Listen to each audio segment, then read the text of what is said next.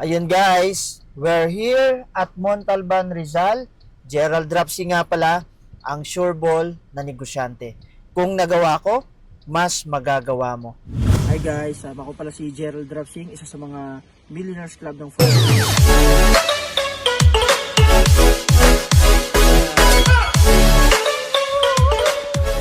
I love front row!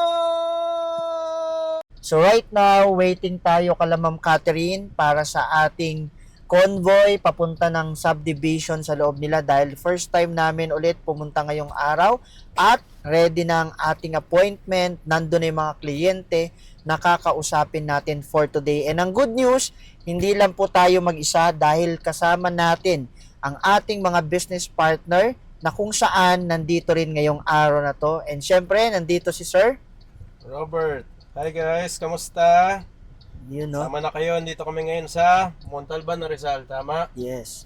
Montalban, Rizal. So, mamaya mag-share kami nila Sir Robert ng magandang opportunity. Sir Robert, ano ba ang sa tingin mong nakikita mo ngayong araw na to dahil first time natin ulit magkasama to start the presentation? Ano ba ang na-visualize mo for today?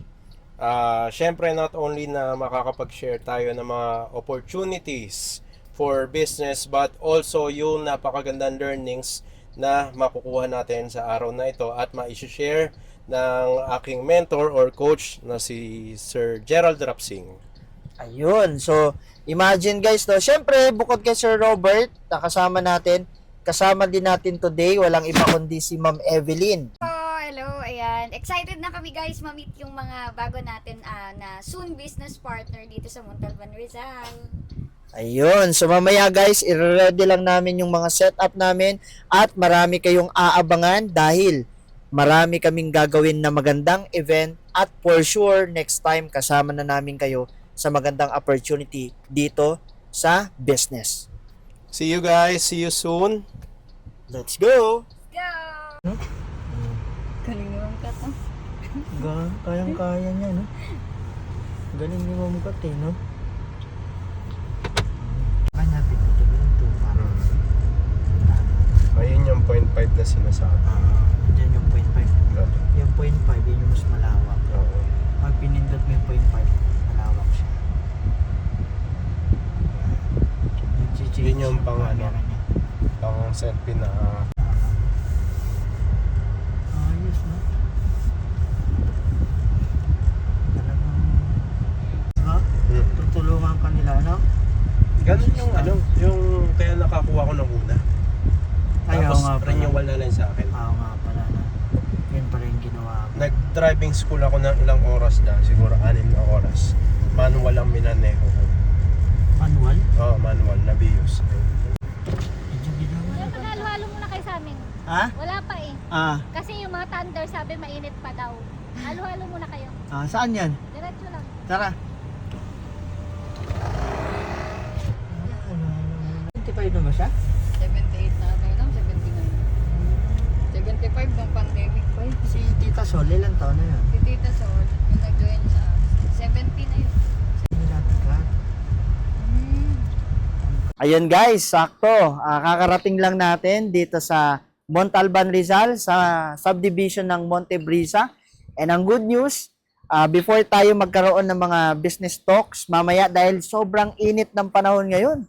'Di ba? So alam naman natin kahit saan ka magpunta dito sa Luzon, Visayas, Mindanao, talagang maapektuhan ka ng super init na panahon natin ngayon. Kaya naman, nandito muna tayo sa bahay nila, Ma'am Kat, at ang good news, dito lang matatagpuan ang napakatinding halo-halo ng Montalban. Ayan, Ma'am Kat. Ayan, ano masasabi mo sa iyong halo-halo dito sa Montalban? Ay, masarap to. Tikman nyo. Tara na, sugod na. Ayun, so saang lugar to, Ma'am Kat? Sa Montebrisa Pastry. Ayun, sa Monte Brisa Pastry. So ano ba ang mga ingredients natin dyan, Ma'am Kat? Ano ba yung mga nilalagay mo? Napakarami. May langka, may nata, may kaong, may leche flan, ube, at marami pang iba. Grabe, no? So, imagine guys, no? Dumayo pa po kami from QC para lang sa matinding halo-halo ni Ma'am Kat. Dahil napakainit, even sa Montalban, napakainit. Pero dahil nga dito, sa halo-halo ni Ma'am Kat ay matitikman na natin ang napakasarap na pampalamig ngayong araw na to. So Ma'am Kaya Kat, tara na, sugod na dito. mga Nasahog. ingredients no, nasahog. Tapos may mais, may leche flan. Oh, may So sago, complete ricados. may saging, leche flan, ube. Ang ube namin sa Quezon at pagaling yun Grabe. So dinayo pa ninyo sa Quezon Avenue, no? Oo, kasi trending daw yun masarap daw yung ube tsaka leche flan dun Kaya tara na, tikman nyo na. Ayun. So Ma'am Kat, itong ginagawa mo, for example, yung ganito, magkano naman ang amount yan pag ganyang kalaking halo-halo? Ay, 50 pesos lang yan. 50 pesos. Pero mo 50 pesos lang. Complete Makakatikim ka package na ng masarap na halo-halo. Iyan, no? So, kitang-kita ng ating matinding mata kung gaano kasarap ang halo-halo. So, guys, mamaya abangan nyo dahil titikman namin. Ngayon, inaayos na ni Ma'am Kat dahil kakarating lang namin dito sa lugar ng Montalban. So, ano pang hinihintay nyo, guys? Tara at samahan nyo kami ngayong araw dahil meron kaming mga aabangan na kakausapin later. Ganyan ba talaga karami yan pag halo-halo? Yes. O, yung ano ni Ma'am Kat. sa iba? Sa iba, hindi ganyan karami. Stacy! Yan ang taga-sigaw namin na power. Oo nga eh. Panalo. Talagang garantisado, sigurado, matitikman ang halo-halo. Diba? Ano, Ma'am Evelyn? Ano masasabi mo? Nasa akin yung mic. Oo nga. Sarap ng halo-halo ni Ma'am Kat. Grabe. Pa- Excited paano mo ako. naman nasabi? Natikman mo na ba? Hindi, kompleto Ricardo. Sa iba, Yun, no? hindi ganyan. So mamaya kukuha tayo ng reviews para kay Ma'am Evelyn. Wow, oo naman. Tigo. And syempre si Sir Rob. Uy, Sir Rob, kasama natin ha. Nandito na yung halo-halo mo, Sir Rob. Ready to eat. Oo. Ready na. Halo. Ano naman yan, Ma'am? Ito ang pampalasa. Masarap na gatas. Ayun. Talagang sureball na, may gatas pa. Wala, marami para malinamnam.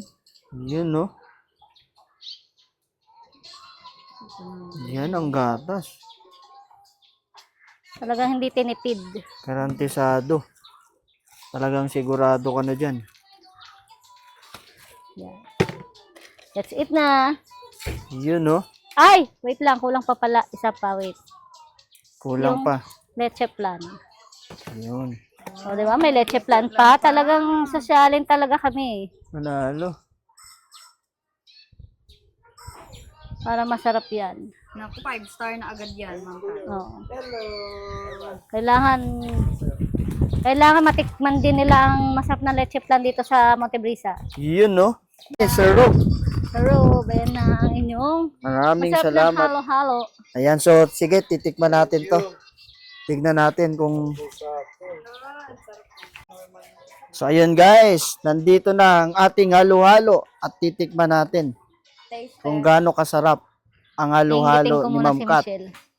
Anong tawag dito, Ma'am Kat? Ha? Halo-halo. Anong halo-halo? Halo-halo ni Stacy. Halo-halo ni Stacy. Ayun, no? Let's go! Halo-halo ni Stacy. Yan. Guys, kain tayo halo-halo ni Stacy. Hindi sinasag. Oh, Yun, no? Manalo. Dalo si Ma'am Evelyn, no? Ma'am Evelyn. Ayan, kung ano mo yung mic, Ma'am, Oo nga, sa'yo, sa'yo. interviewin natin. interview natin to si... Ayan. Ayan, okay ba? Wait lang. Ano masasabi mo sa iyong pagtikim ng masarap na halo-halo? Ang sarap ng halo-halo. Grabe, saktong-sakto talaga, sir, sa Yun, mainit na panahon, lalo na dito sa Montalban. Kasi taga Tapos Montalban ka eh. Tapos yung tamis niya, hindi ganun katamis. Sakto, saka malinamnam talaga. Ikaw ba naman lagyan ng gatas ganyan karami? Yun, no? Dami. So, talagang malinamnam. May leche flan pa, tapos may ube, may langka. Ayan, may langka, guys. Tapos marami pa. Asan pa yung iba? Ayan, may mga kaong. Ang dami, guys. Talagang sulit na Ito yun. sulit ang pagbili mo ng halo-halo dito sa halo-halo ni Stacy. Ayun, no? So, ayun guys, narinig nyo naman kay Ma'am Evelyn dahil talagang nauubos niya na ang kanyang pagkain. Ayan, no? Up. Panalo. Ito sa tinatawag po dito na Lux White na ito yung tinatawag namin na facial toner.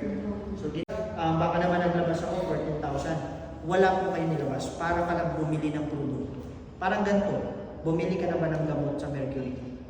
Ang tanong, nung bumili ka ba ng gamot sa